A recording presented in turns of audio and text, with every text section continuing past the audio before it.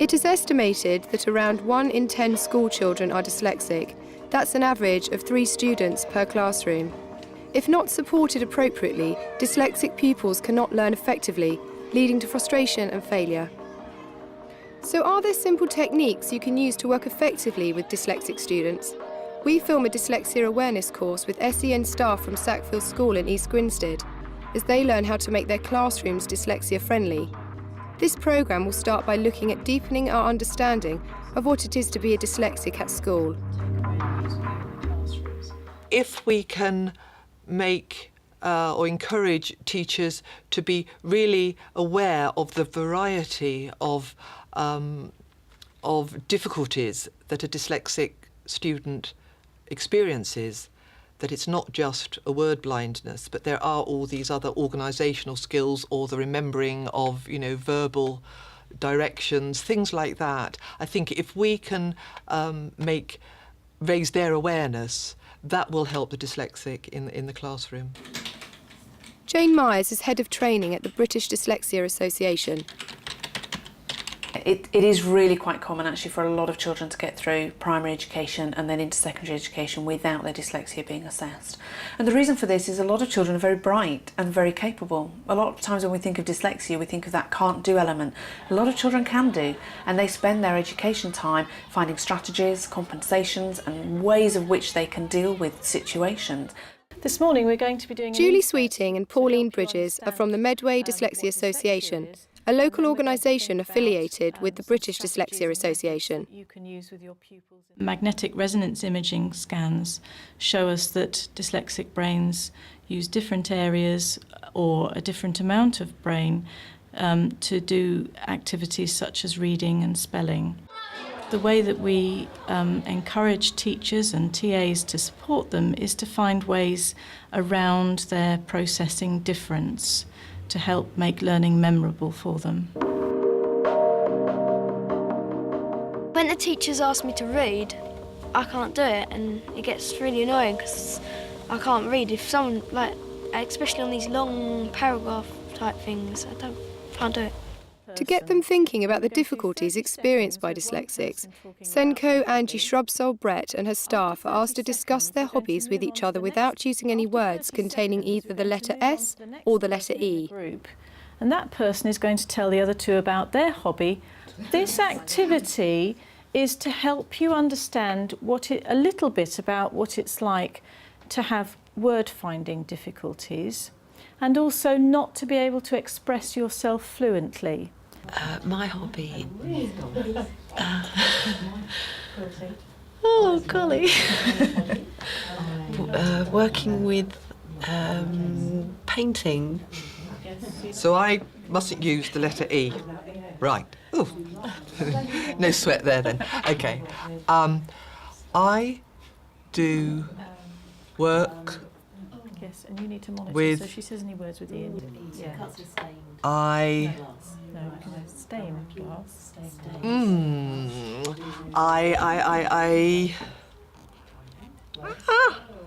I make many different I can't even say all sorts. Many different. I make, yes. I can't do it. I just can't do it because I can't process my thoughts and avoid the letter at the same time.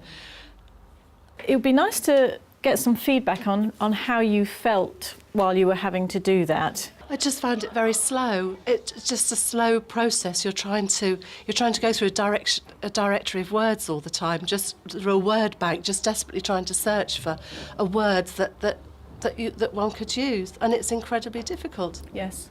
Yeah, I would imagine, going on from what Jo was saying, that in the end you'd want to give up. You want to say, oh, well, look, what's the point? I can't communicate what I want to say adequately, and it's such a labour. So, I'll just clam up. So you can imagine that for an adolescent pupil, it must be quite hard for them to stand up in front of their peers and talk if they're unsure about what's going to come out and whether they can find the right words. Biggest nightmare for any dyslexic child is to be put on the spot and asked to do something that they know they're not very good at. There's a lot of competition in classrooms, as we know, and peer pressure.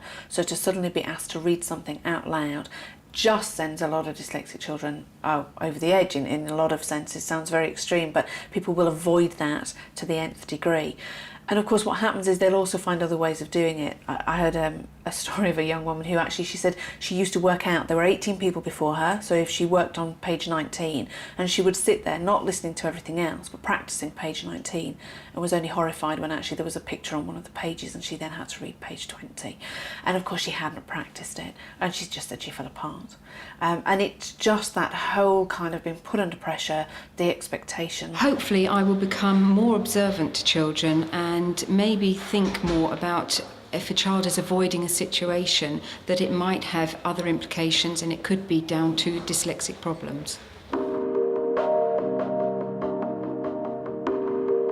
Like sometimes when you got to copy your homework off the board and everyone around you finishes like much quicker than you, and you feel a bit slow. And that. I've just got a piece of writing that I want you to copy into your, or onto your piece of paper, or into your exercise books, as we would say to the pupils. And I'm going to give you 5 minutes to write this paragraph up. So you'll need to work quite quickly and do it as fast as you can. Because the only problem is that this text is in Greek. The hardest thing I'm finding is that you've got to look up for each character. You can't take a whole word down because they just don't make sense at all.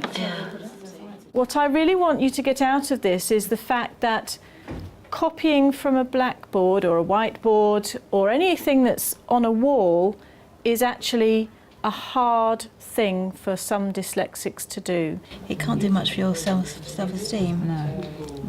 You can see why some students ask you to write for them, can't you? What will you write that for me, miss? Because I can't. Or won't let other people see their... Yeah, that's the other thing they do, isn't it? Yeah. Look at mine, I've done it. Yes. Yeah. You would want to just give up, really, and... It's just so incredibly slow, though. Yeah. I've probably done about 10 words in roughly a minute. Yes. I'll copy it from someone else later. Just you were told that there was only 5 minutes, so you were anxious from the start. You weren't going to make it to the end. Yes. Yes. Before the time limit. You can see where the behaviour comes in, where I'm not going to do it and just pen down, not going to bother, not going to try. Yeah. So we often get issues with lack of self-esteem coming from failure in activities within the classroom. Having time pressure put on them can have a huge impact, and that can cause a lot of stress, a lot of anxiety, which can actually lead to a lot of what appears to be poor behaviour, because one way of actually getting out of doing something is to act up, if you like, and to take yourself away and exclude yourself from the situation. Being put under pressure on time, not only for example for reading in public or whatever, but also for writing. If you have to do exams or assessments, and of course we now assess our children right through education, and you're given a set amount of time to write something, for a lot of dyslexic children there just isn't the capacity to write in that kind of time frame. One thing that I've specifically picked up on today, I think that I will hopefully take back to the classroom with me, is hopefully giving students more time to process information, to read, not to rush them, to give them more time. If we're reading a story or something, I'll forget the start, and when we go back to the start, when we ask them questions, it's like, can't do it. Reading is one of the most difficult One of the biggest challenges for a dyslexic pupil at secondary school is the amount of reading they have to do, but there are strategies that can be used to help with this, including differentiating reading tasks to make them more accessible to the dyslexic student. The task you have here is that you have to read Act 1, Scene 4 of Macbeth, and then you've got some questions on the bottom of your sheet, and you have to read the questions and then find the answers in the text. Right, this is a reading ruler that you can use to help you read, and it can focus you in on the writing so that you can actually put it over the writing, and it will help you to focus in on the questions. And you can either use it like that going down the page, or you can use it over a big block of text. And we also have some sticky notes that you can take information down on if you would like to.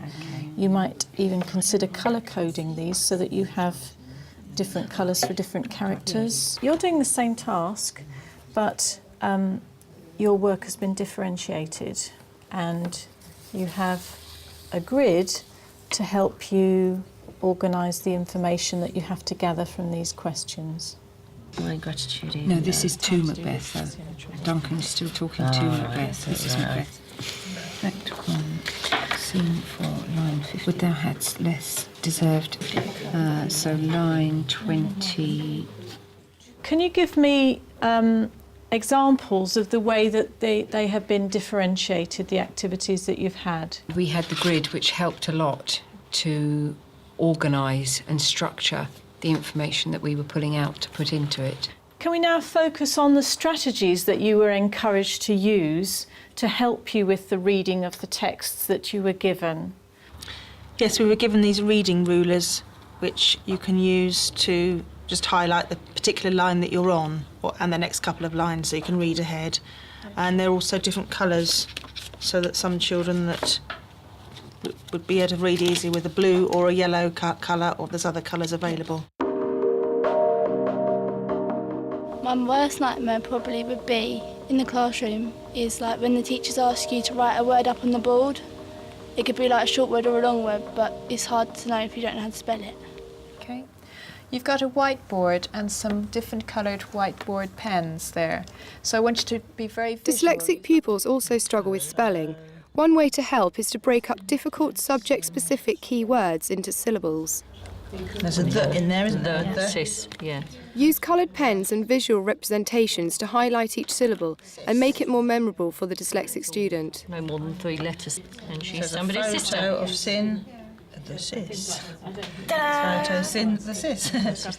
Another nice way of remembering friend is to do it in glitter glue. Glitter glue is very useful because once it dries, then it goes hard and you can feel over the letters to remember them. Yeah, Very inviting. and that helps the motor memory to remember the way the letters are positioned as well. And again, using 2 different colours and separating it into fry end as well. This is particularly for secondary age pupils because they're very conscious and aware, aren't they, of what they're doing. So once they've got a word like friend, they can then put it on a piece of card and they can write it in colour and they can put visual pictures with it if they want to, and then keep it in something like a credit card holder. Yeah, so that they can slip it in, and then when they're finished with it, When they know it. when they know it, or whether they're finished that subject or whatever and they don't need that topic word anymore, they can then change it. Yeah? So these are just a little piece of card, and we were saying as well that you could colour code these as well for different subjects, couldn't you? Yeah? And they quite like this idea because it's quite cool for them to use. It's easy to carry around and keep in their pencil case. What I've got from today are more ways that I could help those pupils that do tend to pop up when it gets nearer to exams, and I suppose they've hoped it would go away, this spelling difficulty they had, or the fact that they worked slowly, or the fact they didn't organise their work very well. And I do feel that today has given me the confidence to say, look, yes, he has got, or she has got some dyslexia, but, you know, this will help. This will help. For details on the resources used in this programme, log on to the Teachers TV website.